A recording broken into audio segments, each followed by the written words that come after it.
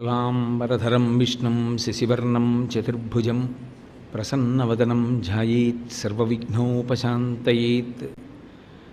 గురుర్బ్రహ్మా గురుర్విష్ణుః గురుర్దేవో మహేశ్వరః గురుః సాక్షాత్ పరబ్రహ్మ తస్మై శ్రీగురవై నమః. వ్యాసాయ విష్ణురూపాయ వ్యాసరూపాయ విష్ణవే నమో వై బ్రహ్మనిధయే వాసిష్ఠాయ నమో నమః. కూజంతం రామ రామీతి మధురం మధురాక్షరం ఆరుహ్య కవితాశాఖాం వందే వాల్మీకికోకిలం. శ్రుతిస్మృతిపురాణానాం ఆలయం కరుణాలయం నమామి భగవత్పాదశంకరం లోకశంకరం. వాగర్ధావివ సంపృక్తౌ వాగర్ధప్రతిపత్తయే జగతః పితరౌ వందే పార్వతీపరమేశ్వరౌ. సూక్తిం సమగ్రయతున స్వయమేవ లక్ష్మీః శ్రీరంగరాజమహిషీ మధురైః కటాక్షైః. వైదగ్ధ్యవర్ణగుణగుంభనగౌరవైర్యాం కండూలకర్ణకుహరాः కవయోధయంతి. హైమోర్ధ్వపుండ్రమజహన్మకుటం సునాసం మందస్మితం మకరకుండలచారుగండం బింబాధరం బహుళదీర్ఘకృపాకటాక్షం శ్రీవేంకటేశముఖమాత్మని సన్నిధత్తాం. విమలపటి కమలకుటి పుస్తకరుద్రాక్షసస్తహస్తపుటి కామాక్షి పక్ష్మలాక్షి కలిత విపంచి విభాసి వైరించి. మనోజవం మరుతతుల్యవేగం జితేంద్రియం బుద్ధిమతాం వరిష్టం వాతాత్మజం వనరయూధముఖ్యం శ్రీరామదూతం శిరసా నమామి. ఆపదామపహర్తారం దాతారం సర్వసంపదాం లోకాభిరామం శ్రీరామం భూయో భూయో నమామ్యహం. హరి ఓం. పరమేశ్వర స్వరూపైన సభకి నమస్కారం.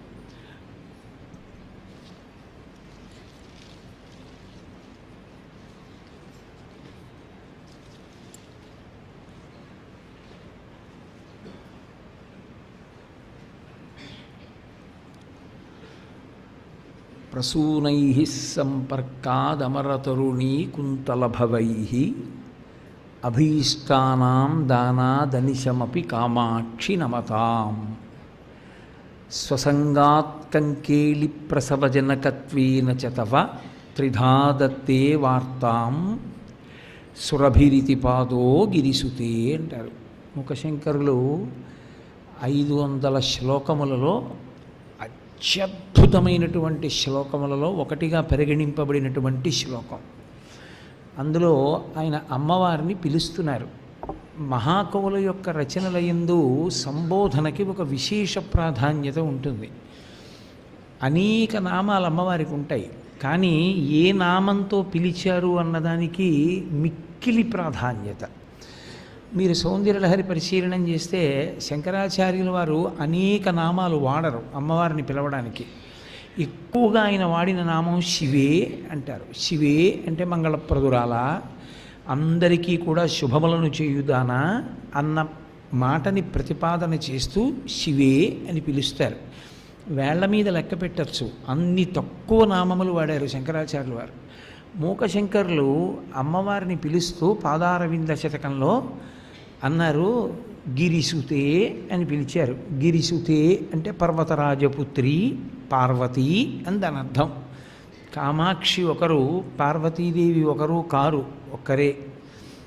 ఆయన గిరిసుతే అని పిలవడంలో ఒక రహస్యం ఉంది. అమ్మవారు అసలు పర్వతరాజు యొక్క కుమార్తెగా రావలసినటువంటి అవసరం ఎందుకు ఏర్పడింది అంటే ఆమె యొక్క పాతివ్రత్యమే దానికి కారణం. కేవలము పాతివ్రత్య కారణంగా ఆమె పర్వతరాజుకి కుమార్తెగా రావలసి వచ్చింది. ఎందుకని? ఆమె దక్ష ప్రజాపతికి కుమార్తెగా ఉంది, దాక్షాయణి అన్న పేరుతో. దాక్షాయణి అన్న పేరుతో ఆమె పరమశివుని ఇల్లాలు. దాక్షాయణి అని పేరు కలిగినటువంటి తల్లి సతీదేవి అన్న పేరుతో శరీరాన్ని వదిలేసింది. ఆ అవతారంలో ఆవిడికి సతీదేవి అని పేరు వచ్చింది. ఆవిడ పేరు మీద సదాచారమా దురాచారమా విచారణ పక్కన పెట్టండి, ఒకప్పుడు ఒక ఆచారం ఉండేది, సతి అని, సతీ సహగమనము అని ఒక ఆచారం. అది ఆ తల్లియే యథార్థమునకు ప్రారంభం. కారణం ఏమిటి? ఒక్క కారణానికే. దక్ష ప్రజాపతి కుమార్తెగా వచ్చినటువంటి తల్లి దాక్షాయిణిగా పరమశివుని యొక్క ఇల్లాలే. ఇక మళ్ళీ పర్వతరాజు కుమార్తెగా పుట్టి పరమశివునికి ఇల్లాలు కావలసిన అవసరం ఆవిడికి లేదు. మరి ఎందుకు అవతార పరిసమాప్తి చేసేసింది ఆవిడ? ఒకే ఒక్క కారణానికి చేసింది. శివనింద ఆవిడ వినదు. ఎవరు శివనింద చేస్తున్నాడో వాడికి కుమార్తెగా ఇక నేను ఉండనంది ఆవిడ. ఉండనంటూ కేవలం ఏదో శివనింద చేసిన వానికి నేను కుమార్తెగా ఉండను కనుక నేను అవతార పరిసమాప్తి చేస్తున్నాననలేదు. శివనింద చెయ్యడం అనేటటువంటిది ఎంత ప్రమాదకరమో లోకమునకు ఒక సందేశం ఇవ్వాలనుకుంది. మరణవాంగ్మూలము అంటారు. చనిపోయే ముందు చెప్పినటువంటి మాటని పరమసత్యంగా న్యాయస్థానాలు కూడా స్వీకరిస్తాయి. ఆవిడికి మరణమన్న మాట అన్వయం అవ్వదు. ఆవిడ ఎప్పుడు నిత్యా ఎప్పుడూ ఉంటుంది. కానీ అవతార పరిసమాప్తి చేస్తూ ఆవిడ ఒక సందేశాన్ని ఇచ్చింది లోకానికి అంతటికి. అందుకే ఆవిడికి ఆ అవతారంలో ఆవిడ సతీదేవి అయింది. సతీ అంటే మహాపాతివ్రత్యము కలిగిన ఇల్లాలు అని. ఆవిడంది చిట్ట చివర శరీరాన్ని విడిచిపెట్టేసే ముందు దక్ష ప్రజాపతిని ఉద్దేశించి అహోభవోద్భీష్టి శివం శివేతరహ అని శరీరం విడిచిపెట్టింది. శివుణ్ణి నిందించిన వాడికి శివుణ్ణి ద్వేషించిన వాడికి మంగళములు ఎలా కలుగుతాయి అని అడిగింది. కలగవు అనలేదు ఆవిడ, ఎలా కలుగుతాయి అని అడిగింది. అంటే శివనింద శివద్వేషము ఎంత ప్రమాదకరమో ఆవిడ లోకానికి చెప్పింది. చెప్పి శరీరం వదిలిపెట్టింది. ఆ తర్వాత పెద్ద అల్లరైంది. వీరభద్రుడు వచ్చాడు, దక్షయజ్ఞాన్నంతటినీ ధ్వంసం చేశాడు. ఒక విపత్కర పరిస్థితి ఒకటి ఏర్పడింది. పరమశివుని పక్కన ఇల్లాలు సాకారంగా కూర్చుని లేదు. దీన్ని అవకాశం తీసుకున్నాడు తారకాసురుడు. మళ్ళీ పార్వతీ పరమేశ్వరులు ఇద్దరూ కలిస్తే పరమశివుడు కామంతో ఆవిడితో క్రీడిస్తే ఆయన వీర్యము స్ఖలనమైతే దాని వలన పార్వతీదేవికి కుమారుడు సంభవిస్తే ఆ కుమారుడి చేతిలో నేను మరణిస్తానన్నాడు. తథాస్తు అన్నాడు బ్రహ్మగారు. అసలు పార్వతీదేవి శరీరంతో లేదు, దాక్షాయిణిగా శరీరం విడిచిపెట్టింది. ఆయన దక్షిణామూర్తిగా కూర్చున్నాడు కైలాస పర్వతం మీద. మరి ఎలా తారకాసుర సంహారం? తారకాసుర సంహారం అవ్వకపోతే ధర్మం నిలబడదు. అది ప్రమాదం. ఎప్పుడు ప్రమాదం ఎక్కడొస్తుందంటే ధర్మానికి హాని కలగకూడదు. రాక్షసుల యొక్క విజృంభణం పెరిగిపోయింది. ఇక నాకు చావు లేదనుకున్నాడు ఆయన. కాబట్టి ఆయన ఋషులను, దేవతలను, వేదాన్ని, గోవులను, బ్రాహ్మణులను బాధ పెట్టడం మొదలుపెట్టాడు. ధర్మము లుప్తమవుతోంది. ఆ కారణం చేత మళ్ళీ అమ్మవారు పక్కకి రావలసినటువంటి అవసరం ఏర్పడింది. అప్పుడు దేవతలందరూ కలిసి ఆవిడ్ని ప్రార్థన చేశారు. అందరూ ప్రార్థన చేస్తే ఆవిడంది, నేను వస్తాను మళ్ళీ. ఎవరి కడుపున పుడతానో తెలుసా? నేను పరమశివుడితో కలిసి దాక్షాయిణిగా ఉండగా హిమవత్ పర్వత ప్రాంతమునందు తిరిగినప్పుడు ఇలాంటి కూతురుంటే బాగుండని మనసులో కోరుకున్నటువంటి ఒక దొడ్డ ఇల్లాలు ఒకతుంది, ఆవిడ కడుపున పుడతానని. ఆవిడే హిమవంతుని యొక్క కుమార్తె మేనకాదేవి. అది ఒక కారణం. 3, ఆవిడే చెప్పింది మేనకాదేవితో, నా పరిపూర్ణానుగ్రహం కలగాలి అంటే, నేను కూతురుగా కూడా రావాలి అంటే ఒకే ఒక్క సాధనం ఉన్నది ఈ ప్రపంచంలో. అదేమిటో తెలుసా? సువాసిని పూజ నవమి నాడు చేయమంది. మీరు కావాలంటే శివమహాపురాణాన్ని పరిశీలన చేయండి. అసలు శివమహాపురాణం ప్రకారం నవమి తిథి నాటి మృగశీర్ష నక్షత్రపు అర్ధరాత్రి పార్వతీదేవి జననం కాళీ అని పేరుంచాడు నారదుడు. హిమవంతుడు ఆహ్వానిస్తే వచ్చి, సువాసిని పూజకి నేను వశురాలనవుతాను అందావిడ. నేను ప్రసన్నురాలనవుతాను. సువాసిని పూజ అన్న మాటని మీరు జాగ్రత్తగా అర్థం చేసుకోవాలి. సువాసిని పూజ వేరు, పరదేవతా పూజ వేరు. సువాసిని పూజ పరదేవత పూజ కాదు. సువాసిని పూజ అన్న మాటకు అర్థం ఏంటంటే, సువాసినికి నామాలున్నాయి. అమ్మవారి నామాలు చెప్పి పూజ చెయ్యరు ప్రారంభం. సువాసిని నామములు చెప్తారు, ఆ నామాలతో చేయాలి. అది కల్పం. కల్పం అంటే ఋషిప్రోక్తం. ఋషిప్రోక్తం ఎలా ఉందో అలా చేయాలి తప్ప నా సొంతంగా నా ఇష్టం వచ్చినట్టు చేస్తానని చేయకూడదు. సువాసిని అమ్మవారి యొక్క ప్రతినిధి, బింబ ప్రతిబింబ న్యాయం అన్వయమవుతుంది. సువాసిని, సువాసిన్యర్చన ప్రీత. 5వ తనం అన్న వాళ్ళందరూ సువాసినులే. కానీ పూజార్హత పొందడానికి ఏమిటి? అంటే కొన్ని లక్షణములను చెప్తారు. ఇవి ఎవరి యందు అన్వయమయ్యాయో వారికి పూజ చెయ్యమంటారు. ఎవరి యందు అన్వయమయ్యాయన్నది తీర్పు చెప్పవలసిన వాడెవరు? ఈమె సువాసిని పూజకు అర్హురాలు అని చెప్పగలిగిన వాడెవరు? ఒక్క గురువే చెప్తారు. గురువు చెప్తాడు ఈమె సువాసిని పూజకు అర్హురాలు అని. ఎందుచేత? సువాసిని నామములు కొన్నున్నాయి. ఆమె బంధువుల యందు విశేష మర్యాద కలిగినదై ఉండాలి, భర్త యందు చాలా ప్రీతి కలిగినదై ఉండాలి, సంతానమును పొందినటువంటిదై ఉండాలి, గురువు యందు అచంచల భక్తి కలిగినదై ఉండాలి. గురువు అంటే ఆమెకి గురువు ఉండడు, ఎందుకంటే ఆమెకు ఉపదేశం చేయకూడదు. పెళ్ళైన ఆడదానికి ఉపదేశం చెయ్యరు తిన్నగా. ఎవరు చేస్తారు? దీనోవా రాజ్యహీనోవా యోమే భర్త సమీ గురు తం నిత్యమనురక్తాస్మి యథారూపాం సువర్చల అంటుంది సీతమ్మ సుందరకాండలో. భర్తయే గురువు. భర్తకి గురువుగారు ఉపదేశం చేస్తారు. కొన్నాళ్ళు మంత్రజపం చేసి భర్త భార్యకు ఉపదేశం చేస్తాడు. అందుకని భర్త గురువుగా ఉండాలి. ఆమెకి గురుభక్తి అంటే భర్తకి గురువెవరో ఆయన యందు ఆమె భక్తితో ఉంటుంది. ఆమెకి వైదిక మర్యాద, పౌరాణిక గ్రంథములు, సదాచారమునందు విశేషమైనటువంటి అనురక్తి పొంది ఉంటుంది. ఇవన్నీ ఎవరి అలా ఎందుకు సంభవిస్తాయని అడిగారు. ఆమె యందు పరదేవత యొక్క విభూతి ప్రవేశించి ఉన్నది. అందుకే ఆవాహన మంత్రం లేదు. ఇంకా ఆవాహన మంత్రం లేకుండా రేపు మీరు చూస్తారు ఇక్కడ సువాసిని పూజ జరిగినప్పుడు ప్రారంభంలో ఆ నామాలతో చెయ్యాలి. ముందు చేసి సువాసిని పూజకి పతాక స్థాయి ఏమిటో తెలుసా? సువాసిని పూజ చేస్తే అమ్మవారు పరమప్రసన్నురాలైందని, సువాసిని పూజ ఇక్కడ జరిగింది అని అమ్మవారు పరమ సంతోషాన్ని పొందడానికి ఉపచారమేమి అని అడిగారు. దాని ఉపచారం ఏమిటో అమ్మవారి పూజా కల్పనలో చెప్పారు. కబరీబంధనాన్ని జటాబంధనంతో కట్టాలి. అంటే ఆమె జటని ఎత్తి పట్టుకుని, అందుకే పురుషుడు ముట్టుకోడు, భర్త ముట్టుకోకూడదు. అందుకే దంపతులుగా చేస్తారు. అది కారణం. భార్య జట ఎత్తి పట్టి జటాబంధనం పెట్టాలి. జటాబంధనం అంటే ఆమె జటని తాటితో కట్టాలి. అథవా ఇప్పటి రోజుల్లో అయితే దాన్ని రబ్బర్ బ్యాండ్ ఏదో అంటారేమో, దానితోనైనా బంధనం చెయ్యాలి.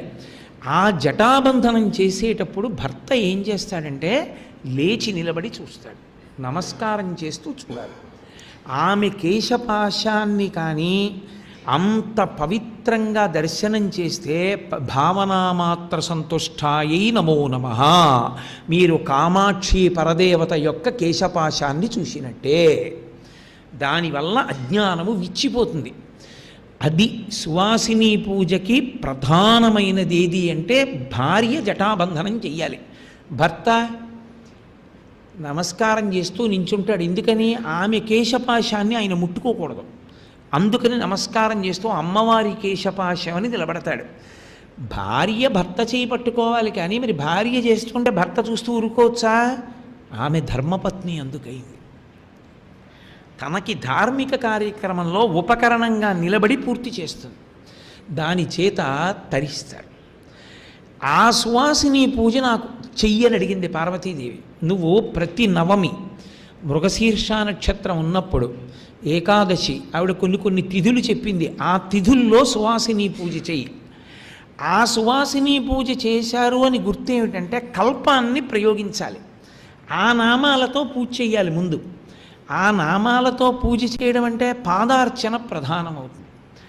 అమ్మవారి పాదములు రెండూ తీసుకెళ్ళి పాత్రలో ఉంచి, సువాసిని అంటే ఆ పరదేవత యొక్క విభూతి ఈమె యందు ప్రవేశించింది. అందుకే ఆమె లక్షణములు ఈమె యందు కనపడ్డాయి. ఈమె పరదేవతయే. అందుకని భార్య నీళ్లు పోస్తుంది, భర్త కాళ్ళు కడగాలి, కడిగి లోపలికి పుచ్చుకోవాలి. అలా పుచ్చుకుంటే అది కామాక్షి పాదోదకమే, శారదా పాదోదకమే. శంకరులంతటి వారు సౌందర్యలహరిలో కదాకాలే మాథ కథయ కలితాలక్తకరసం పిబేయం విద్యార్థి తవ చరణ నిర్ణేజన జలం అని అడిగారు. ఎప్పుడు తాగుతానమ్మా నీ కాళ్ళు కడిగిన నీళ్లు నేను అని అడిగారు.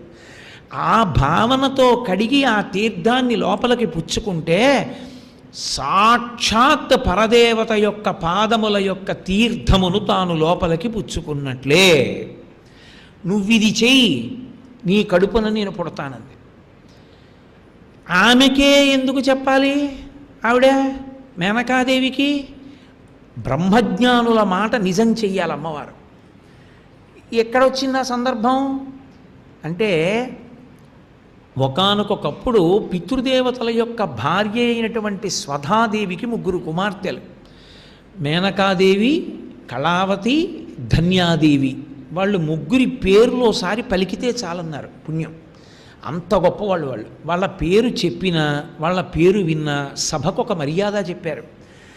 ఆ పేరు చెప్పిన తర్వాత ఇలా కూర్చోకూడదు. ఆ 3 పేర్లు సభయందు ఉచ్చరిస్తే వెంటనే నమస్కారం చేయమని చెప్పారు. వాళ్ళు పుట్టుక చేత స్వధాదేవి కుమార్తెలని చెప్తారు, కానీ వాళ్ళని అయోనిజలని పిలుస్తారు.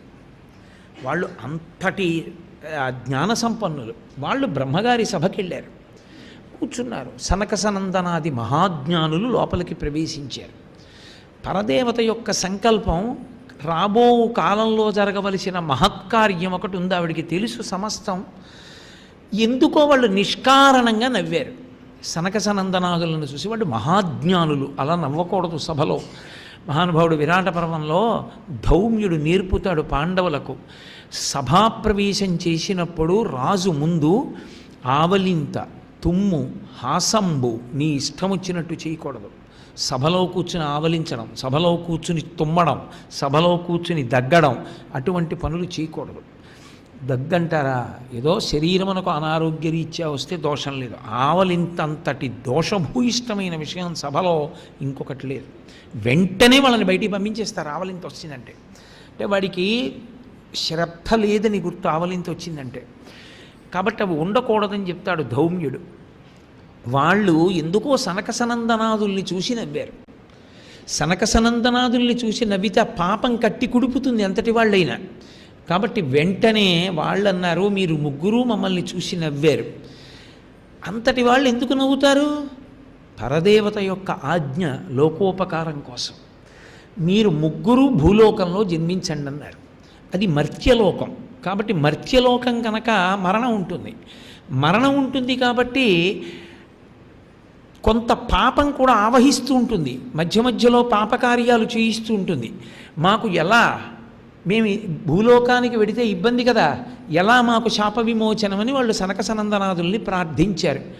వాళ్ళన్నారు, పరదేవత మా నోట ఎందుకు పలికించిందో.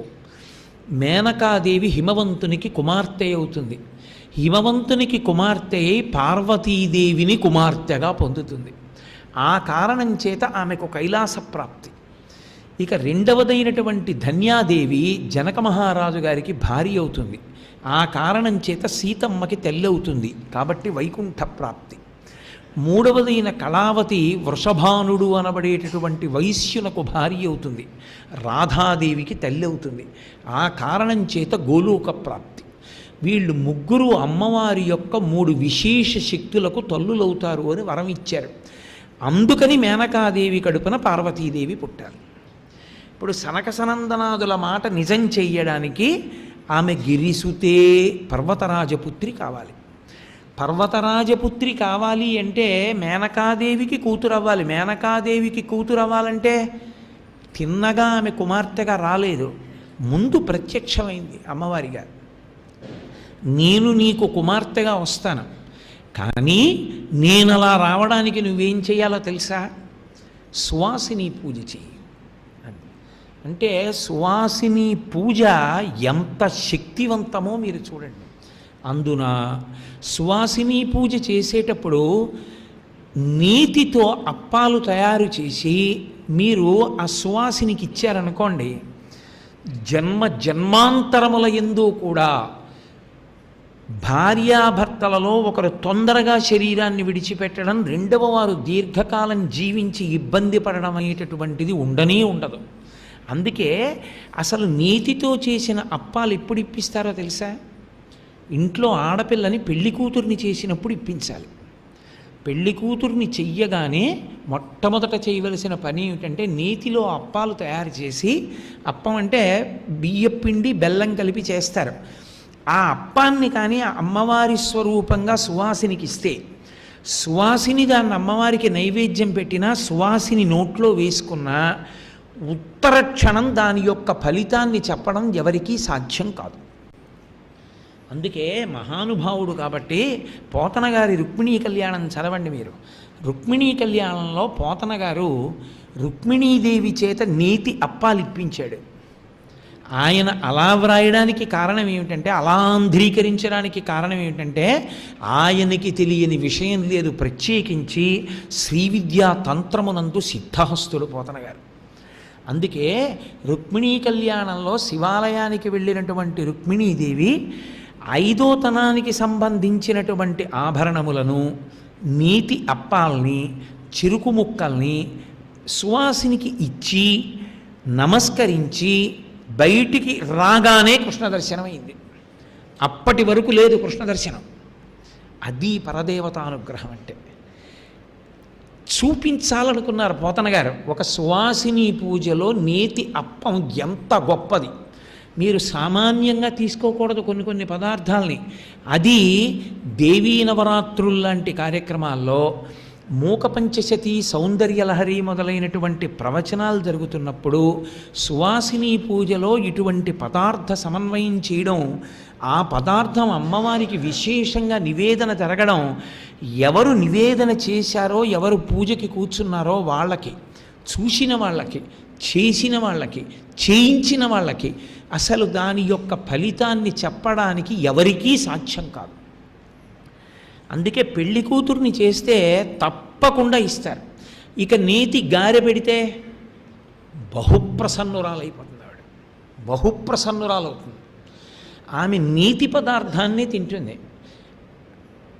సరే, నేను ఇప్పుడు వేదిక మీద చెప్పడం ఎందుకని ఇప్పుడు చెప్పను, వేరొకసారి గుంటూరు వచ్చినప్పుడు చెప్తా ఇంకొక విశేషం. కాబట్టి ఇప్పుడు నేను చెప్తే నాకే ఇబ్బంది వస్తుంది రేపొద్దున, అందుకని నేను చెప్పను అది. కాబట్టి అమ్మవారికి అందాలి అంటే అమ్మవారే చెప్పింది, ఇలా చెయ్యి అని చెప్పింది. అందుకే రేపటి రోజున మీ అందరూ ఇక్కడ జరిగేటటువంటి పూజలో శుక్రవారం చిత్రం ఏమిటంటే, నా సంకల్పం ఏమీ లేదు ఇందులో. అసలు నేను అలా చేద్దాం అనుకోలేదు. హరిప్రసాద్ గారు వచ్చి నన్ను అడిగారు ఏమైనా చేద్దామని. నేను పరదేవతని ప్రార్థన చేశా.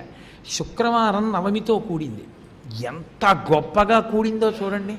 ఉన్న మూక పంచశతిలో అదొకటే శుక్రవారం. ఆ శుక్రవారం నవమితో కలిసింది. ఆ రోజున సువాసిని పూజ జరగబోతోంది కాబట్టి రేపు ఇక్కడ ఎవరెవరు సువాసిని పూజ చేస్తారో వాళ్ళందరూ నీతి అప్పాలు పుచ్చుకుంటారు. పుచ్చుకుని వాళ్ళందరూ పూజలో అమ్మవారికి నైవేద్యం పెడతారు.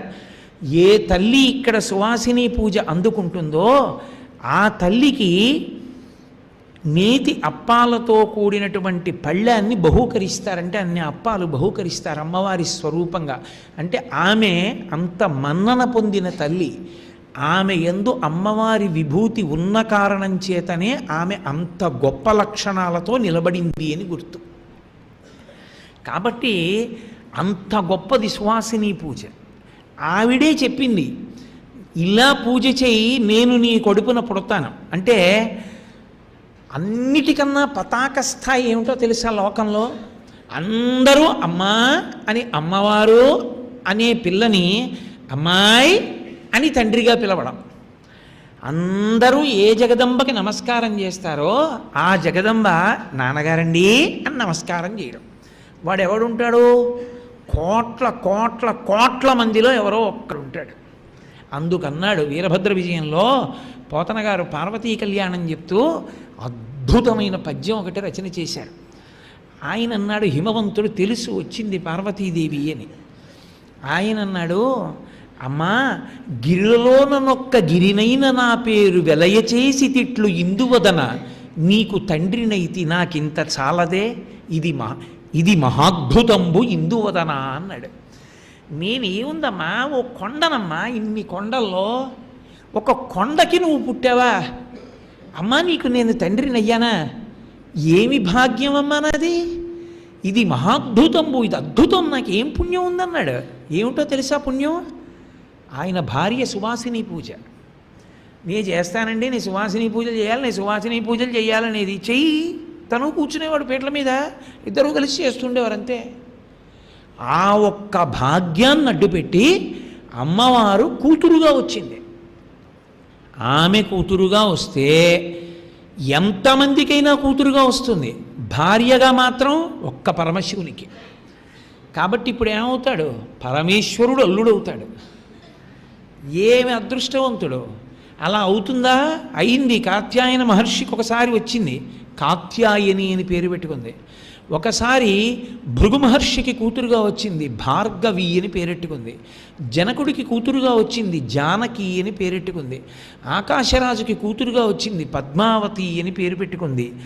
ఒకానొక నాడు దక్షుడికి కూతురుగా వచ్చింది, దాక్షాయణి అని పేరెట్టుకుంది. హిమవంతునికి కూతురుగా వచ్చింది, హైమవతి అని పేరెట్టుకుంది.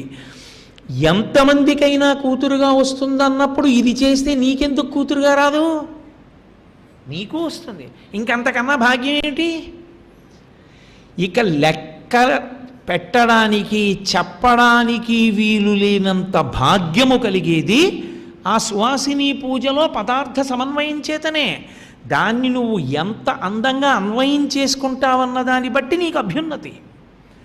కాబట్టి జగదంబ అంత అద్భుతంగా మొన్న దేవీ నవరాత్రుల్లో దాదాపు 450 మంది సువాసినులు నీతి అప్పాలే నివేదన చేశారు మా కాకినాడలో.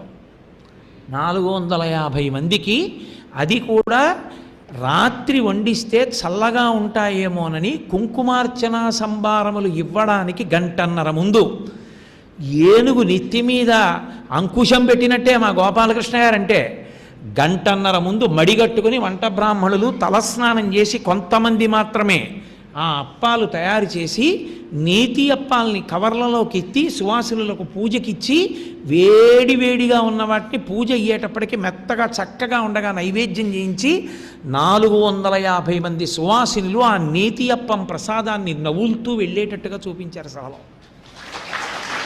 అంటే అసలు దేవాలయ ప్రాంగణం ఒక 10 సంవత్సరాలకి సరిపోయినంత శక్తి పొందేస్తుంది.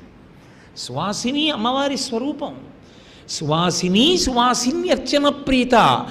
ఆమెయే నైవేద్యం పెట్టి ఆమెయే నోట్లో వేసుకుని పెడితే అంతే ప్రసన్నురాలైపోతుంది. అక్కడ అప్పుడు జరిగింది, రేపు శారదమ్మ పరవశించిపోతుంది. ఇక్కడ ఓ ఇంతమంది నా స్వరూపాలు నేతి అప్పాలు నైవేద్యం చేసి పెడుతున్నారు తినని. కాబట్టి ఒక పూజ చేస్తున్నామంటే ఆ పూజ అలా ఎందుకు చెయ్యాలి, దాని పూర్వాపరాలు ఏమిటి తెలిసి ఉండాలి. ఎక్కడెక్కడ అన్వయమైంది, ఎందుకు అన్వయమైంది, ఎలా అన్వయమైంది తెలిసి ఉండాలి. కాబట్టి అమ్మవారే అడిగి చేయించుకుని కుమార్తెగా వచ్చింది. ఇంతమంది కోరికలను నిలబెట్టడానికి అవతారం స్వీకరించింది. కాబట్టి ఆ తల్లి భూత భవిష్యత్ వర్తమాన కాలములు తెలిసిన్నదై తారకాసుర సంహారానికి సుబ్రహ్మణ్య జననం కోసం హిమవత్పుత్రిగా ఆవిర్భవించినటువంటి ఆ అవతారం ఉందే, అది మహాద్భుతమైన అవతారం. అది అసలు ప్రేమతో కారుణ్యంతో నిండిపోయి ఆనాడు మేనకాదేవికి చెప్పడం కాదు, ఎప్పటికీ లోకమంతా ఏ పూజ చేసి తరించవచ్చో అటువంటి పూజని ఉపదేశం చేసినటువంటి అవతారం. కాబట్టి గిరిసుతే అని పిలిచి మొదలెట్టారు మూకశంకరు. ఓ గిరిసుతే, ప్రసూనై సంపర్కాదమరతరుణీ కుంతలభవై. ఆ శ్లోకం మొట్టమొదటి పాదం చూడండి. అందులో ఆయన అన్నారు, అమ్మా అమరతరుణి అంటే దేవతల యొక్క భార్యలు ఉన్నారే, వాళ్ళ కొప్పులో పువ్వులు ఉంటాయి. వాళ్ళు ఏ పువ్వులు పెట్టుకుంటారు? వాళ్ళు లౌకికంగా భూలోకంలో పూసినటువంటి పువ్వులు వాళ్ళు పెట్టుకోరు. వాళ్ళు అమరలోకంలో ఉండేటటువంటి దేవలోక వృక్షములకు పూసినటువంటి పుష్పములను ధరిస్తారు. పారిజాత పుష్పం లాంటి పుష్పాలు పెట్టుకుంటారు. ఆ పువ్వులకు ఒక లక్షణం ఉంది, ఆ పువ్వు వాడిపోదు. ఆ పువ్వు పెట్టుకున్నారు అంటే అదొక అద్భుతం. ఆ పువ్వులు అందరూ పెట్టుకోవడం అనేటటువంటిది సాధ్యం కాదు, ఒక్క దేవకాంతలే పెట్టుకుంటారు. అసలు అటువంటి దేవకాంతలు తప్ప అన్యులు పెట్టుకోవడానికి అవకాశం లేనటువంటి గొప్ప సుగంధభరితములైనటువంటి ఆ పుష్పముల యొక్క దండలతో కూర్చబడిన కొప్పులు కలిగిన దేవకాంతలు వంగి నమస్కరించేటటువంటి పాదములు కలిగినటువంటి ఓ అమ్మా అని. ఇప్పుడు ఏమైంది అలా నమస్కరిస్తే? ఆయన ఉద్దేశ్యం ఏంటంటే, అమ్మ లోకంలో అమ్మవారికి పాద పూజ అని పువ్వులతో చేస్తాం. అసలు నిజమైన పూజ ఏమిటి? మీరు పువ్వులతో చేసిన పూజ కాదు, నిజంగా మీ పూజ ధన్యమైపోయింది, మీ జన్మ ధన్యమైపోయిందని గుర్తేమిటో తెలుసా? ఏనాడు అమ్మవారి పాదముల మీద ఉన్న లత్తుక మీ నుదుటికి అంటుకుందో ఆనాడు మీ పూజ ధన్యమైందని గుర్తు. అమ్మవారి పాదముల లత్తుక మీ నుదుటికి ఎప్పుడు అంటుకుంటుంది? మీరు అమ్మవారి పాదములకు లత్తుక పెట్టి మీరు వంగి మీ తలని అమ్మవారి పాదములకు తాటిస్తే ఆ లత్తుక మీకు అంటుకుంటుంది. అది ఆరిపోయిన లత్తుక అనుకోండి, మీకు అంటుకోదు. లత్తుక మీకు అంటుకుంది అంటే దాని గుర్తు ఏమిటని? అప్పుడే పెట్టిన లత్తుక అని గుర్తు. అప్పుడే లత్తుక పెట్టి పాదార్చన చేసి మీరు పరమ సంతోషంతో అమ్మవారి పాదముల యందు తలపెట్టి ధ్యానంలో ఉండిపోతే మీరు తలెత్తిన తర్వాత మీ ముఖం యొక్క సువాసన మీ ముక్కు కొడుతుంటుంది. ఎందుకని? పరదేవత పాదములకు ఉన్న లత్తుక, పసుపు, ఆ పువ్వుల యొక్క సువాసన మీకు అంటుకుంటుంది. అది అమ్మవారి యొక్క వైభవం. అంటే అసలు నిజానికి పువ్వుల చేత పూజింపబడుతుందా, భక్తులైనటువంటి వారి తలల చేత పూజింపబడుతుందా? ఆవిడ భక్తులైన వారి తలల చేత పూజింపబడుతోంది. అందుకే శంకరాచార్యులు వారు శృతీనాం మూర్ధానో దదతి తవయౌ శేఖరతయా అంటారు. అమ్మ, వేదముల చివర తిరిగేటటువంటి నీ పాదములను ఒక్కసారి నా తల మీద పెట్టమ్మా అంటారు. పరదేవతార్చన ఏంటంటే దాని మెళకు వచ్చి తెలియకుండా చేయకూడదు, అది గురుముఖంగా తెలుసుకుంటేనే చెయ్యాలి. అమ్మవారి పాదములు తల మీద పెట్టుకున్నట్టుగా చేసేటటువంటి ధ్యానం అద్భుత ధ్యానం. నేను మళ్ళీ చెప్తున్నాను, అది గురుముఖత తెలుసుకుంటే కానీ చేయకూడదు. కాబట్టి శృతీనాం మూర్ధానో దదతి తవయౌ శేఖరతయా, అమ్మా నా తల మీద పెట్టమ్మా నీ పాదాలు అంటారు. శంకరులు 2 చోట్ల ప్రయోగించారు ఈ ధ్యాన శ్లోకాన్ని. ఇక్కడ ఒకసారి ఇచ్చారు, మళ్ళీ శివానందలహరిలో ఒకసారి ఇచ్చారు. గృహీత్వా హస్తాభ్యాం శిరసి నయనే వక్షసి వహన్ అంటూను. అటువంటి పరదేవతాపాదములకు మీరు పూజ చేసి లత్తుక అంటుకునేటట్టుగా నమస్కరించగలిగినటువంటి భాగ్యము మీకు పట్టేది ఒక్క సువాసిని పూజలోనే. సువాసిని పూజలో అమ్మవారి పాదాలు కడిగి మీ ఉత్తరీయంతో భర్త తుడవాలి. భర్త అమ్మవారి పాదాలు తుడిచి తత్పాదోదకాన్ని 3 మార్లు లోపలికి పుచ్చుకొని చేయి కడుక్కుని పాదములకు లత్తుక పెట్టి లేచి మోకాళ్ళ మీద వంగి తన తల ఆవిడ పాదములకు తగిలేటట్టుగా వంగి నమస్కరించాలి. కామాక్షి పరదేవతని చూసి ఆమె యందు అమ్మవారి విభూతి ఉన్న కారణం చేత ఆ లత్తుక నీ నుదుటికి అంటుకుంటే నువ్వు పరదేవతకి నమస్కరించి లత్తుక అంటుకున్నవాడివని నిర్ణయం చేస్తారు. దానికి అదొక్కటే మార్గం, లోకంలో ఇంకొక మార్గం లేదు. కాబట్టి అమ్మా, నీ పాదముల దగ్గర అమరకాంతలందరూ కూడా పుష్పములను పెట్టుకుని వంగి నమస్కరించారు. ఒకసారి నమస్కరిస్తారా, 2 మాటలు నమస్కరిస్తారా? 33 కోట్ల మంది దేవతల భార్యలు. శృతి అంటే వేదమాత నమస్కరిస్తుంది ఆవిడికి. శృతి సీమంత సింధూరీకృత పాదాబ్జధూళిక అని నామం ఉంది కదా. శృతి వేదము స్త్రీ రూపాన్ని పొందుతుంది వేదమాతగా. బొట్టు అంటే ఆడవారిది ముందు బొట్టు ఇక్కడ కాదు, ఇక్కడ. ఈ బొట్టు నిధనం అవ్వకూడదు, అసలు ఎప్పుడూ నిధనం అవ్వకూడదు. ఈ బొట్టే స్నానం చేసినప్పుడు మరుగున పడుతుంది. ఈ బొట్టు ఎప్పుడూ ఉంటుంది ఇలా. ఆ బొట్టు అసలు నిధనం అవ్వడం అన్న ప్రశ్నే రాకూడదు. కాబట్టి శృతి సీమంత అన్న మాటకు అర్థం ఏమిటంటే ఇక్కడ వరకు ఉంటే సీమ అంతము, ఇంక ఇది దాటి పాపట తీయకూడదు. కాబట్టి సీమంత అంటే ఇక్కడ వరకు. సీమంతోన్నయనము అంటే జుత్తు ఎత్తి కట్టుట, పాపట తీసి భర్త ఎత్తి కట్టాలి సీమంతంలో, అది సీమంతం అంటే. కాబట్టి శృతి సీమంత, ఆ వేదమాత పాపట తీసుకున్నప్పుడు మొదట్లో పెట్టుకున్నటువంటి సింధూరం ఉన్నదే, అక్కడ కుంకం పెట్టుకోకూడదు, సింధూరం పెట్టుకుంటూ ఉంటారు. శృతి సీమంత సింధూరీకృత పాదాబ్జధూళిక. ఆ వేదం వెళ్ళి అమ్మవారి పాదాల మీద ఇలా పడి నమస్కరిస్తుంది. అప్పుడు వేదమాత యొక్క పాపట ప్రారంభ స్థానమునందున్న సింధూరము పరదేవత యొక్క పాదముల మీద అలంకృతమవుతుంది. నువ్వు వెళ్ళి ఆ పాదములకు ఆ భావనతో వంగి నమస్కరిస్తే అంటుకున్న లత్తుక వేదమాత శిరస్సునందు పెట్టుకున్న సింధూరము నీ నుదుటికి అంటుకుందని గుర్తు. అంటే నువ్వు ఎంత భాగ్యవంతుడివి. అది సువాసిని పూజ అంటే. సువాసిని పూజ జీవితంలో చేయడం అంటే అదొక మహద్భాగ్యం. అంత అద్భుతం అది. పండిపోతాడు ఒక్క సువాసిని పూజ చేత తరించిపోతాడు. కానీ అది చేయడం తెలియాలి సరిగ్గా కల్పాన్ని అన్వయం చేసి చేయడం తెలియకపోతే దాని వలన మీరు ప్రయోజనం పొందరు అన్నంత మాట అనే సాహసం నీ చేయను. అది అమ్మవారి అనుగ్రహం మీద ఉంటుంది. కానీ తెలిసి చేస్తే ఆ పారవస్యం వేరు. అబ్బా ఎప్పుడు చేస్తానని మురిసిపోతారంతే. అంత పరవశం అది. కాబట్టి అటువంటి తల్లి, ఆమె పాదముల మీద పడేటటువంటి పదార్థములన్నీ అటువంటి ఉంటాయి. కాబట్టి ఇప్పుడు అమ్మవారి పాదములు మన పాదములులా ఏదో మట్టి వాసన ఏదో వస్తుంటాయా? రావు. అవి దివ్యాతి దివ్యములైనటువంటి పాదములు. అవి లోకోద్ధారకములైనటువంటి శ్రీచరణములు.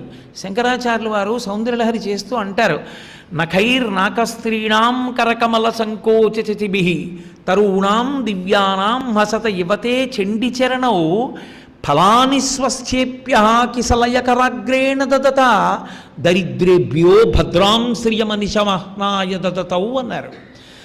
నఖైర్నాకస్త్రీణాం కరకమల సంకోచశిభిః. కమలములంటే పద్మములు. ఆ దేవతా స్త్రీలు అబ్బా మా చేతులు పద్మాల్లా ఉంటాయనుకుంటారట. అమ్మవారి దగ్గరికి ఎడతారు. అమ్మవారి పాదములు ఇలా కనపడతాయి. ఇలా కనపడగానే అమ్మవారి గోళ్ళు ఎలా ఉంటాయంటేట తెల్లగా చంద్రబింబంలా ఉంటాయిట. చంద్రబింబం చూస్తే పద్మం ఏమవ్వాలి? ముడుచుకుపోవాలి. కాబట్టి ఏమవుతాయి వీళ్ళ చేతులు? పద్మాలు కాబట్టి ఇలా ముడుచుకుంటాయి. అంటే వెంటనే నమస్కారం చేస్తారు వాళ్ళు. అమ్మా నీ పాదములకు ఉన్న గోళ్ళ కాంతులు కనబడితే చంద్రకాంతుల వలె ఉన్న కారణం చేత దేవతా స్త్రీల యొక్క హస్తపద్మములు ఇలా ముడుచుకుంటాయి. అంటే వెంటనే నమస్కారం చేస్తారు వాళ్ళు. దేవతా స్త్రీల చేత నమస్కరింపబడి దేవతా స్త్రీలు వంగి నిరంతరము నమస్కరిస్తారు. ఎందుకని? దేవతల పదవులు దానివల్లే ఉన్నాయి. దేవతలకి పదవులు ఎందుకున్నాయంటే దేవతా స్త్రీలు అమ్మవారి పాదములకు అలా నమస్కరిస్తారు కాబట్టి. పూజ స్త్రీకి లేదు. ఇలా కుంకుమార్చన మొదలైనవి తప్ప నిత్య పూజ, ఇంట్లో చేసే పూజ ఆడదానిది కాదు. అగ్నిహోత్ర సంరక్షణము, దీప ప్రజ్వలనము అంతవరకే. అంతగా భర్త ఇంట్లో లేకపోతే నైవేద్యం అంతవరకే. అంతేకాని నిత్య పూజ ఎవరిది అంటే ఒక్క భర్తదే. భర్తే చెయ్యాలి దాన్ని. అందుకే ధర్మపత్ని సమేతస్య అని కల్పం ఉంది, కానీ ధర్మపతి సమేతస్య అని కల్పం లేదు. అంటే మగవాడే చెయ్యాలని గుర్తు.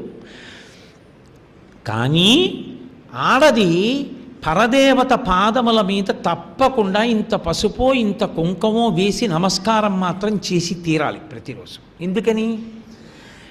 ఏ ఆడది అమ్మవారి పాదములకు ప్రతిరోజు నమస్కారం చేస్తుందో ఆ ఆడదాని భర్తకు పట్టేటటువంటి అదృష్టం ఆమె పూజయే కారణముగా ఉంటుంది.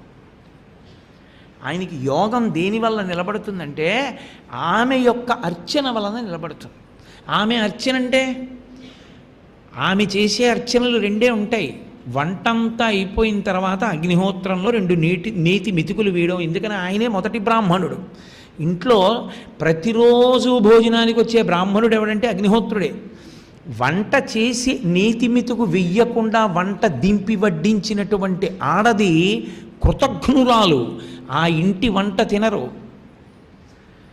వంట తినడం అంటే ధర్మపత్ని వండింది అని గుర్తు ఏంటంటే వంట అంతా అయిపోయాక ఎంత గ్యాస్ పొయ్యి అయినా కనీసం 2 మెతుకులు నేతిలో ముంచి పడేసి తీయాలి, అప్పుడు వడ్డించాలి. లేకపోతే ఇంటి బ్రాహ్మణుడికి అన్నం లేదు, నీ భర్తకు పెట్టుకున్నావు. వచ్చిన బ్రాహ్మణుడు ఏమయ్యాడు? వంట చేసి చూసి వెళ్ళిపోయాడు. ఆ పాపం ఇబ్బంది పెడుతుంది. అసలు సనాతన ధర్మమునందు అగ్నియే, అగ్ని భట్టారక అని పేరు ఆయనకి. భట్టారక అంటే పూజనీయుడు. లలితాపరా భట్టారిక, శృంగార భట్టారక, క్రోధ భట్టారక, లలితాపరా భట్టారిక, అగ్ని భట్టారక. భట్టారక అన్నారు అంటే అర్థం ఏంటో తెలుసా? మీరు విడిచిపెట్టద్దు పూజ అని మీకు కాషన్ ఆర్డర్ వేసేసినట్టు. అది ధర్మపత్ని యొక్క లక్షణమేమి అంటే భర్త గారికి పిల్లలకి వడ్డించింది అంటే గుర్తు ఏమిటంటే ఆమె వంట చేసి ఒక 2 మెతుకులైన నేతిలో ముంచి మంట మీద వేసి నిధనం చేయాలి అగ్నిహోత్రాన్ని. ఆయనకి పెట్టకుండా భర్తకి పెట్టారనుకోండి, ఇంటికి వచ్చిన బ్రాహ్మణుడు చాలా బాధపడుతూ వెళ్ళిపోయినట్టు. ఆ ఇల్లు ఎలా వృద్ధిలోకి వస్తుంది? భర్తకి ఎలా కలిసి వస్తుంది? వంట చేయడం, అగ్ని సంరక్షణం, ఆయన నిత్యాగ్నిహోత్రీకుడై ఉండాలని శాస్త్రవాక్కు కాబట్టి. నిత్యాగ్నిహోత్రీకుడు అంటే బ్రాహ్మణుని మీరు అనుకోకండి. చాతుర్వర్ణములకు అగ్ని ఆరాధన ఉన్నది కావాలంటే వేదం చూడండి మీరు. చాతుర్వర్ణములకు ఉంది అగ్ని ఆరాధనం. చేయకపోతే నేను చెయ్యట్లేదు, అది పొరపాటు అంతే తప్ప దాన్ని సమర్థించుకునే ప్రయత్నం చేయకూడదు, ఇంకా తప్పది. కాబట్టి అగ్నిని సంరక్షిస్తుంది, అటొచ్చి ఇటొచ్చి ఊక వేస్తూ ఉండాలి ఆవిడే. మూడోది, ఆమె ప్రధాన కర్తవ్యం పరదేవత పాదముల మీద పసుపు కుంకాలు వేయాలి. కొంచెం ఓ చిటికెడు పసుపు కుంకాలు వేసి నమస్కారం చేస్తుంది ఆయన పూజ అయిపోయాక. ఎందుకని? ఇది భాస్కర్ రాయల వారు లలితా సహస్రనామ స్తోత్ర వ్యాఖ్యానంలో చెప్పారు. పులోమజార్చిత అని పేరు అమ్మవారికి. పులోమజ అంటే ఇంద్రుని భార్య, పులోముని యొక్క కుమార్తె. ఆమె చేత అర్చింపబడినది ఇంద్రుని భార్య శచీదేవి. అమ్మవారి పాదాల మీద పసుపు కుంకాలేసి నమస్కరిస్తుంది. ఇంద్రుడు ఇంద్ర పదవిలో ఉంటాడు, ఆమె వేస్తుంది కాబట్టి. అది వెయ్యలేదనుకోండి భార్య, ఆమె ధర్మం ఆమె తప్పిపోయినట్టే. భర్తకి యోగం ఉన్నా ఈవిడికి భక్తి లేదు కాబట్టి అది నిలబడుతుందని నమ్మకం ఉండదు. అందుకు అది జాతకాలు చూస్తారు. మీ నడవడి చేతనే అమ్మవారి అనుగ్రహం ఎప్పుడైనా. కాబట్టి దేవతా స్త్రీలందరూ ఆవిడికి నమస్కారం చేస్తూనే ఉంటారు అలాగా. అప్పుడు ఏమవుతుంది? దేవతా వృక్షములకు ఉండేటటువంటి పూలన్నిటితోటి సంపర్కం చెందుతుంది ఆవిడ పాదం. ఆ పువ్వులన్నీ తగులుతుంటాయి, వాటికి విశేషమైన సువాసన. అవి తలలో పెట్టుకున్నారనుకోండి, ఆ పువ్వులు తీసేసిన తలకి ఆ వాసన ఉండిపోతుంది. అంత గొప్పవి ఆ పువ్వులు. అందుకే దేవతా స్త్రీలు కూడా ఎదురు చూస్తారట ఆ పువ్వు పెట్టుకునే అదృష్టం ఎప్పుడు వస్తుందో అని. కానీ ఆ పువ్వులు ఎదురు చూస్తాయిట అమ్మవారు మమ్మల్ని ఎప్పుడు పెట్టుకుంటుందో అని. ఎందుకని? ఆ పువ్వులకి సుగంధం ఉంటుంది, జుత్తుకి సుగంధం ఉండదు ఎవ్వరికి. ప్రపంచంలో కేశపాశము అంటే జుత్తు మంచి సుగంధంతో కూడుకున్నటువంటిది ఒక్క అమ్మవారికే, పరదేవతకే. ఆవిడ జుత్తుకి సహజ సుగంధం ఉంటుంది. అందుకే శంకరాచార్యుల వారు యదీయం సౌరభ్యం సహజముపలబ్ధం సుమనసో వసంతస్మిన్ మన్యే వల్లమధన వాటీ విటపినాం అన్నారు. అమ్మా, ఆ ఇంద్రుని యొక్క తోటలో ఉండేటటువంటి దేవవృక్షములకు పూసినటువంటి పువ్వులు ఎప్పుడెప్పుడు నువ్వు కొప్పులో పెట్టుకుంటావా అని ఎదురు చూస్తున్నాయి. ఎందుకని? అసలు నీ కొప్పు వెంట్రుకలకున్న సువాసన చూడాలని ఆ పువ్వులు తాపత్రయపడుతున్నాయి. అంటే ఇప్పుడు మీరు ఒకటి ఆలోచించండి, అమ్మవారి శరీరంలో ప్రతి అవయవము సుగంధభరితమే. అసలు ఒక అవయవం కాదు, అన్నీ సుగంధభరితములే. ఆమె జుత్తు సుగంధం, ఆమె తాంబూలం కర్పూర వీటికామోద సమాకర్ష దిగంతరా, దశ దిశలకు వ్యాపిస్తే దిక్పాలకులు అని వాసన చూస్తుంటారట. ఆవిడ వేసుకున్న తాంబూల చర్వణంలోంచి వచ్చేటటువంటి వాసన. అసలు లోకంలో ఒక మర్యాద ఉంది. ఏ భర్తకైనా ప్రధాన కర్తవ్యం ఏమిటో తెలుసా? నన్ను మీరు తప్పు పట్టనంటే చెప్తాను. తను ప్రతీ నెల కందిపప్పు, బియ్యం, ఉప్పు ఎలా తీసుకొస్తాడో అలా సుగంధ ద్రవ్యాన్ని తీసుకొచ్చి భార్యకి ఇవ్వాలి. అలా ఇవ్వని వాడు భర్తే కాడు. శాస్త్రం అంతే. సుగంధ పరిమళ ద్రవ్యాన్ని తీసుకొచ్చి భార్యకి బహూకరిస్తూ ఉండాలి. ఎందుకని? అది ఆయన యొక్క కర్తవ్యం. ఆమె సంతోషంగా దాన్ని అలదుకుంటుంది. శంకరాచార్యులు వారు సౌందర్యలహరి రచన చేశారు. శంకరాచార్యులు వారికి అంతా రచన చేసేసిన తర్వాత నేను మరి నాకు ఆ సంఖ్యలు గుర్తుండవు, ఏదో 80 శ్లోకం దాటిపోయాక అనుకుంటాను. ఆయనకి అకస్మాత్తుగా ఒక అనుమానం వచ్చింది. అరే రే, ఈ పార్వతీ పరమేశ్వరులకు పౌరోహిత్యం చేశాడు కదరా పెళ్ళికి బ్రహ్మగారు. అసలు వాళ్ళిద్దరూ దంపతులు చేసిన వాడు ఆయనేగా, బ్రహ్మగారేగా పెళ్లి చేసింది పౌరోహిత్యుడుగా. మరి అటువంటి వాడు పైగా ఉత్సవాలన్నీ బ్రహ్మోత్సవాలను ఆయనేగా చేస్తాడు. పాపం ఆయన మీద ఒక్క శ్లోకం చెప్పలేదురా నేను అనిపించింది ఆయనకి. అనిపించి ఒక అద్భుతమైన శ్లోకం చెప్పారు శంకరులు సౌందర్యలహరిలో. అందులో అన్నారు, కళంక కస్తూరి రజనికర బింబం జలమయం కళాభికర్పూరైర్మరకతమరండం నిబిడితం అతస్త్వద్భోగేన ప్రతిదినమిదం రిక్తకుహరం విధిర్భూయో భూయో నిబిడయతి నూనం తవ కృతే అన్నారు. పరమశివుడు తెచ్చి ఇవ్వాలి ఆ పదార్థాలు. ఆయన ధ్యానంలో ఉంటుంటాడు కాబట్టి ఎవరు పూర్తి చేయాలి? నాన్నగారు ధ్యానం చేసుకుంటున్నారు, తపస్సులో ఉన్నారు, అమ్మకి మంగళద్రవ్యాలు పట్టుకొద్దామని కొడుకు బ్రహ్మగారు బయలుదేరాడు. అమ్మ లోకంలో పిచ్చాళ్ళందరూ అంటున్నారు చంద్రబింబం చంద్రబింబం అంటున్నారు, ఆకాశం వంక చూపించేది చంద్రబింబం ఏం కాదమ్మా, ఒక గాజు కుప్పే, అది నీ టాయిలెట్ బాక్స్. అందులో ఏముంటుందంటే అమ్మా పరిమళ ద్రవ్యం ఉంటుంది, రోజ్ వాటర్ అంటే లవండర్, అది ఉంటుంది. ఆవిడ ఏం చేస్తుందంటే మామూలు స్నానం చేయదు. అందుకే సువాసిని పూజకి నియమం ఏమిటో తెలుసా? మీరు సువాసిని పూజ చెయ్యాలి అని అనుకుంటే మీరు తిన్నగా తీసుకొచ్చి కూర్చోబెట్టి పూజ చేయకూడదు.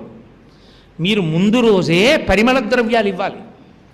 ఆవిడికి స్నానం చేయడానికి కావలసిన సున్నుపిండి, కుంకడికాయి, షీకాకాయి, పరిమళ ద్రవ్యాలు, రోజ్ వాటరు, లవండరు ఇలాంటివన్నీ ఇంటికి పట్టుకెళ్ళి బహుమానం చేస్తుంది. ఎవరు? ఎక్కడ అది జరుగుతోందో, ఎవరు చేద్దాం అనుకుంటున్నారో ఆయన పత్ని వెళ్ళాలి, వెళ్ళి ఇవ్వాలి, వెళ్ళి బహూకరిస్తారు. బహూకరిస్తే దానితో చేసి రమ్మనంటే పరదేవత ఎలా చేస్తుందో అలా చేసి వస్తుందని. కాబట్టి బ్రహ్మగారు ఇస్తాట దాన్ని ఆ కుప్పిలో పోస్తూ ఉంటాడు. అమ్మా నువ్వు స్నానం చేయడానికి కావలసినటువంటి పరిమళ ద్రవ్యాలున్నాయే, రోజ్ వాటరు, లవండర్ నీళ్లు, ఇవన్నీ కూడా తీసుకొచ్చి బ్రహ్మగారు పోస్తూ ఉంటాడు. అప్పుడు శుక్లపక్షంలో ఏమవుతుంది? ఆ గాజు కుప్పె నిండా సామాను పెరుగుతుంది. మరి నల్ల మత్సుందిగా సీసాలో, అదేమిటి అంటే కస్తూరి. అమ్మవారు కస్తూరి పెట్టుకుంటుంది. అందుకే కాదు శ్రీశైల మల్లికార్జున సుప్రభాతంలో కస్తూరి తిలకంచితేందు విలసత్రోద్భాసి పాలస్థలీం కర్పూర ద్రవమిశ్ర చూర్ణ కపురామోదోల్ల సద్వీటికాం లోలాపంగ తరంగతైరితి కృపాసారైర్నతానందినీం శ్రీశైల స్థలవాసినీం భగవతీం శ్రీమాతరం భావయే. ఆ ఒక్క శ్లోకంలో అమ్మవారి వైభవాన్నంతటినీ చెప్పారు. ఆవిడ మహాతల్లి కస్తూరి తిలకంచితేందు విలసత్రోద్భాసి పాలస్థలీం, ప్రకాశిస్తున్నటువంటి పాలభాగమునందు కస్తూరి బొట్టు పెట్టుకుంటుంది. బ్రహ్మగారు ఆ కస్తూరి పట్టుకెళ్ళి కుప్పెలో వేశాడు. కస్తూరి నల్లగా ఉంటుంది. ఉన్న మీదట ఆ కస్తూరి లోపలికి దిగితే ఆ నల్లటి మచ్చలాగా కనపడుతోంది. దాని మీద ఆవిడ కుంకం పెట్టుకుంటుంది. అందుకని ఎర్రటి బొట్టు కింద చక్కగా ధగధగాయమానంగా కనపడుతూ ఉంటుంది. కాబట్టి అమ్మ నల్ల మచ్చ ఉందే అది కస్తూరమ్మా. ఇంకా లోపల ఏవేవో ఉన్నట్లు కనపడుతుంటాయే అవి బ్రహ్మగారు పరిగెత్తుకెళ్ళి మంచి పరిమళ ద్రవ్యాలు తీసుకొచ్చి పోస్తూ ఉంటాడు గాజు కుప్పెలో. శుక్లపక్షంలో పెరుగుతూ వస్తుంది. అంటే బ్రహ్మగారు పరిగెడుతున్నాడు, తీసుకొస్తున్నాడు, పోస్తున్నాడు, పరిగెడుతున్నాడు, తీసుకొస్తున్నాడు, పోస్తున్నాడు. ఆ పదార్థం పెరుగుతోంది. కుప్పె అంతా పదార్థాలతో నిండిపోయింది. పౌర్ణమి అంటున్నారు. పౌర్ణమి కాదు, పౌర్ణమి చంద్రుడు కాదు, నీ టాయిలెట్ బాక్స్ సామాన్తో నిండిపోయింది. అందుకని కుప్పె నిండుగా ఉంది. నువ్వేం చేస్తావు? అలా ఊరుకుంటావేంటి? మర్నాడు తెల్లవారకట్ట స్నానం చేసేటప్పుడు అందులో కొన్ని పదార్థాలు తీసుకెళ్ళి ఆ నీళ్ళల్లో పోస్తారు నీ చిలికెత్తెలు. స్నానం చేస్తావు, వస్తావు, మళ్ళీ కొంచెం కస్తూరి పెట్టుకుంటావు, తగ్గిపోతుంది. అందుకని కృష్ణపక్షంలో కుప్పె తరిగిపోతున్నట్టు కనపడుతుంది. బ్రహ్మగారు ఏం చేస్తాడు? అమావాస్య వచ్చేటప్పటికి అమ్మో అమ్మ స్నానం చేయడానికి పెట్టుకోవడానికి పదార్థాలు తరిగిపోయి మళ్ళీ పరిగెత్తి మళ్ళీ పోస్తూ ఉంటాడు, మళ్ళీ పెరుగుతూ ఉంటుంది. పౌర్ణమికి నిండుతుంది. అమ్మయ్యా అన్నీ పెట్టేశానని కూర్చుంటాడు, మళ్ళీ తరిగిపోవడం మొదలెడుతుంది. అమ్మ చంద్రుడు ఎక్కడున్నాడమ్మా? నీ టాయిలెట్ బాక్స్ అదన్నారు శంకరాచార్య. కాబట్టి కళంక కస్తూరీ రజనికర బింబం జలమయం కళాభికర్పూరైర్మరకతమరండం నిబిడితం అతస్తద్భోగేన ప్రతిదినమిదం రిక్తకుహరం విధిర్భూయో భూయో నిబిడయతి నూనం తవ కృతే. కాబట్టి అమ్మవారు అటువంటి పరిమళ ద్రవ్యాలతో స్నానం చేస్తుంది. అంత పరిమళంతో కూడిన కర్పూర వీటికామోద సమాకర్ష దిగంతరా, అటువంటి కర్పూర తాంబూలాన్ని చర్వణం చేస్తుంది ఆవిడ. అందులో ఆవిడ వేసుకునే తాంబూలం అంటే ఎలా ఉంటుంది? ఆవిడ వేసుకునే తాంబూలంలో ఒక గమ్మత్తు ఉంటుంది. అందులో ముక్తా చూర్ణేన సంయుక్తం తాంబూలం ప్రతిగృహ్యతాం సముద్ర గర్భంలో కానీ వేరుబొంగులో కానీ ఏనుగు కుంభస్థలంలో కానీ దొరికినటువంటి మంచి ముత్యాన్ని కాల్చి గుండ చెయ్యాలి. అది ఇంత పిసరు ఎక్కువ వేశారనుకోండి, ఓసారి మేము ఆ ప్రయోగం చేశాం, ఇంత పిసరు ఎక్కువ వేస్తే నోరు బొబ్బలు తేలిపోతుంది. అంత తక్కువ వేయాలి. అంత తక్కువ వేసి ఆ తాంబూలం సువాసినికి ఇవ్వాలి. ఆ సువాసిని ఆ తాంబూల చర్వణం చెయ్యాలి. ఆ తాంబూలం నవ్వులుతూ వెళ్ళాలి. సభలో అమ్మవారి దర్శనానికి వచ్చినప్పుడు తాంబూల చర్వణం చేస్తూ వెళ్ళాలి. దేవీ నవరాత్రుల్లో మా కాకినాడ పట్టణంలో దాదాపు 450 మంది సువాసినులు తాంబూల చర్వణం చేసిన ఎర్రటి నోళ్లతో వెడతారు అమ్మవారి ముందు నుంచి. అది అమ్మవారి పూజ అంటే. సువాసిని ద్వారానే ఆవిడ ప్రసన్నురాలవుతుంది. కాబట్టి అమ్మా, ఇప్పుడు నీ తల సహజమైనటువంటి సుగంధం అదే కదండి నక్కీరోపాఖ్యానం. ఓ బ్రాహ్మణుడు కరువు వచ్చి శివాలయం విడిచిపెట్టి వెళ్ళిపోతానన్నాడు. అంటే శివుడు అన్నాడు, ఎందుకురా వెళ్ళిపోతావు, నేను పద్యం రాసిస్తాను, పట్టుకెళ్ళి చదువు, రాజుగారి దగ్గర నీకు బహుమానం ఇస్తాడు, ఉండరా నా దగ్గర అర్చన చేస్తూ, నువ్వు కూడా వెళ్ళిపోతే ఎలాగరా అన్నాడు. రాసి అన్నాడు. పాపం అతనికేం రాదు, నాకేం రాదు సుమా, తప్పు ఒప్పు పట్టుకుంటే కష్టం, సరిగా రాసి అన్నాడు. అలాగే అని రాసి ఇచ్చాడు. ఆయన వెళ్ళి చదివాడు రాజుగారి దగ్గర. సింధుర రాజగమనాథమ్మిల్ల బంధంబు సహజ సుగంధంబు అని చదివాడు. సింధుర రాజగమన అంటే ఏనుగు నడక ఎలా ఉంటుందో అమ్మవారి నడక అలా ఉంటుంది. అసలు అమ్మవారి నడక అంటే దాని అద్భుతం అలా ఉంటుంది. ఒక భద్రగజం నడిస్తే ఎలా ఉంటుందో అమ్మవారు నడిస్తే అలా ఉంటుంది. కుంజర గమనే అంటారు మహానుభావుడు ఆ కీర్తనలో దీక్షితుల వారు. అది ఇదిగో ఆఖరి 2 రోజుల్లో వస్తోంది వీణ అన్న అమ్మాయి. ఆ అమ్మాయి ఆ కీర్తనకి నడుస్తుంది, కామాక్షి పరదేవత నడిచినట్టే నడుస్తుంది కుంజరగమనే అన్నప్పుడు. నేను ఒకసారి ఆ అమ్మాయి నృత్యం చూస్తున్నాను హైదరాబాద్లో. అకస్మాత్తుగా కీర్తనకి చేస్తే నేను లేచి వెళ్ళి ఆ అమ్మాయి కాళ్ళ మీద పడిపోవాలనిపించింది నాకు. నిజంగా అలా చేస్తుంది కామాక్షి, ఇంకా అలా నడుస్తుంది ఆ అమ్మాయి. కాబట్టి ఏనుగు నడిచినట్టు నడుస్తుంది. సింధుర రాజగమన ధమ్మిల్ల బంధంబు, ధమ్మిల్ల బంధంబు అంటే కొప్పు, సహజ సుగంధంబు దానికి సహజంగా సువాసన ఉందని రాశాడు శివుడు. ఈ పిచ్చి బ్రాహ్మడు ఈ అర్చకుడు పట్టుకెళ్ళి తిరిగాడు. పూజారి అనకూడదు, తప్పది. పూజారి అంటే పూజకి అర్రి అంటే శత్రువు, పూజకి శత్రువు పూజారి అనేది వికృతి. సరిగ్గా చేయడు కాబట్టి పూజారి అంటారు. సరిగ్గా చేయని వాడిని పూజారి అనాలి కానీ పాపం కష్టపడి చేసేవాడిని కూడా పూజారి గారు అనకూడదు. అంటే ఏమీ చేయనివాడు గుళ్ళో నించున్నాడని అర్థం. పూజారి గాడు అర్చకుడు. అర్చకులు ఉన్నారా అని అడగాలి. కాబట్టి అర్చకుడి శివస్వరూపం. ఆయన అలా తక్కువ చేసి నింద చేసి మాట్లాడకూడదు. కాబట్టి ధమ్మిల్ల బంధంబు సహజ సుగంధంబు అని శివుడు రాసి ఇచ్చాడు. అది పట్టుకుని ఈ అర్చకుడు రాజుగారి కొలువుకి వెళ్ళాడు, చదివాడు. నక్కీరుడని ఒక కవి, ఆయన అన్నాడు, తప్పిది చెప్పరాదు కవితా సమయంబున నొప్పు కాదు. ఏమిట్రా ఈ కవిత్వం, అర్థం ఉందా? సహజ సుగంధం ఉందా? నువ్వు చూసావా పార్వతీదేవి కేశపాశానికి వాసన? తప్పు, ఇలాంటివి రాయకూడదన్నాడు. అయ్యి బాబాయ్ నాకు తెలియదండి, శివుడు రాసిచ్చాడు, నన్ను క్షమించండి అని వెర్రిమొహం వేసుకుని గుడికి వచ్చేసాడు. శివుడు అన్నాడు, ఎరా అలా ఉన్నావు అన్నాడు. ఎలా ఉన్నావు ఏమిటి, చెప్పానా నాకు రాదు సరిగ్గా రాయమని? అదిగో ఆ పద్యం రాశావు, వెళ్ళి చదివా. నత్తీరుడు తప్పు పట్టాడు. ఇది కవితా సమయమా అని అడిగాడు నన్ను. అంటే సరిగ్గా ఉందా కవిత్వం, అసలు దీనికి సరి అయినటువంటి ఔచిత్యం ఉందా అన్నాడు. నాకు జవాబు చెప్పలేకపోయాను, వచ్చేసాను అన్నాడు. వాడెవడరా అడగడానికి, నేను ఎడతాని అని బ్రాహ్మణ వేషంలో అదే పద్యం పట్టుకుని వెళ్ళాడు. ఏమిరా నేనే పద్యం రాసిచ్చాను, ఎవడు తప్పు పట్టేట్టన్నాడు నత్తీరుణ్ణి. ఆయన అన్నాడు, నేనే తప్పట్టాను.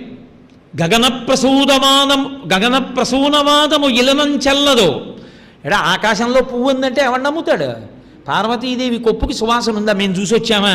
లోకంలో, ఈ భూలోకంలో ఎవరి కొప్పుకి సువాసన ఉండదు. ఏదో రాసుకుంటే ఏమో నేను చెప్పలేను. కాబట్టి మేము ఒప్పుకోమన్నాడు ఆయన.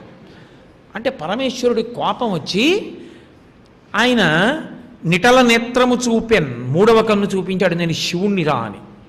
ఆ నక్కీరుడు అప్పటికైనా భక్తితో, తప్పేనండి మహానుభావ, మీరు పరమేశ్వరుడు, మీరు వ్రాసిన దానికి అభ్యంతరం ఏమిటంది అనాలా? ఒక్కొక్కడి అహంకారం అలా ఉంటుంది. తల చుట్టుమార కన్నులు కలిగిన పద్యంబు తప్పు కాదనతరమే అన్నాడు. 3వ కన్ను కాదు, నీ తల చుట్టూ కళ్ళు చూపించినా పద్యం తప్పన్నాడు. పరమేశ్వరుడికి కోపం వచ్చి కుష్ఠవ్యాధిగ్రస్తుడు అవుతా ఉన్నాడు. కుష్ఠవ్యాధి ప్రారంభమైంది. అప్పుడు ఏడిచాడు.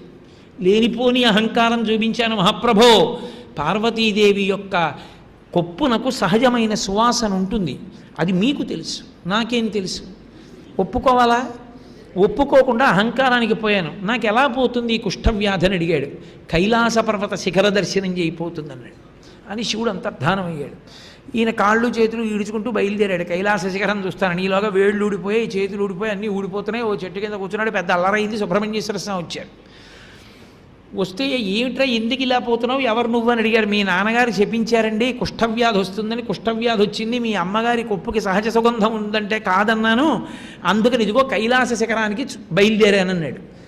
సుబ్రహ్మణ్యుడు అన్నాడు, ఇంత మతి లేనివాడివి ఏమిట్రా, మా తండ్రి అసుతోషుడు, ఆయనకి కోపం వచ్చినట్టు నటిస్తాడు, ఆయనకి కోపం ఉండదు. కైలాస శిఖర దర్శనం చేయమంటే అర్థం ఏమిటో తెలుసా? నువ్వు శ్రీకాళహస్తి నగరంలో కదా ఉన్నావు. శ్రీకాళహస్తి దేవాలయం యొక్క ప్రాకారాన్ని చూస్తే అదే కైలాసం, దక్షిణ కైలాసం. నువ్వు ఆ దేవాలయ శిఖరం చూడరా అంటే మానేసి ఇవంతా యాత్ర బయలుదేరావు ఎందుకురా అన్నాడు. అయ్య బాబోయ్ నాకు ఇది తెలియదండి, మళ్ళీ వెనక్కి ఎక్కడికి వెళ్ళనన్నాడు. నేను తీసుకెళ్తానని ఆయన యోగ మార్గంలో శ్రీకాళహస్తి దేవాలయం దగ్గర దింపేశారు. అప్పుడు ఒక్కసారి ఇలా చూశాడు ఆలయ ప్రాకారం వంక, అంతే కుష్ఠవ్యాధి పోయింది. శ్రీకాళహస్తి క్షేత్రం అంటే అంత గొప్పది. కాబట్టి ఆ తల్లి యొక్క కేశపాశము సుగంధభరితము, ఆమె శరీరము సుగంధ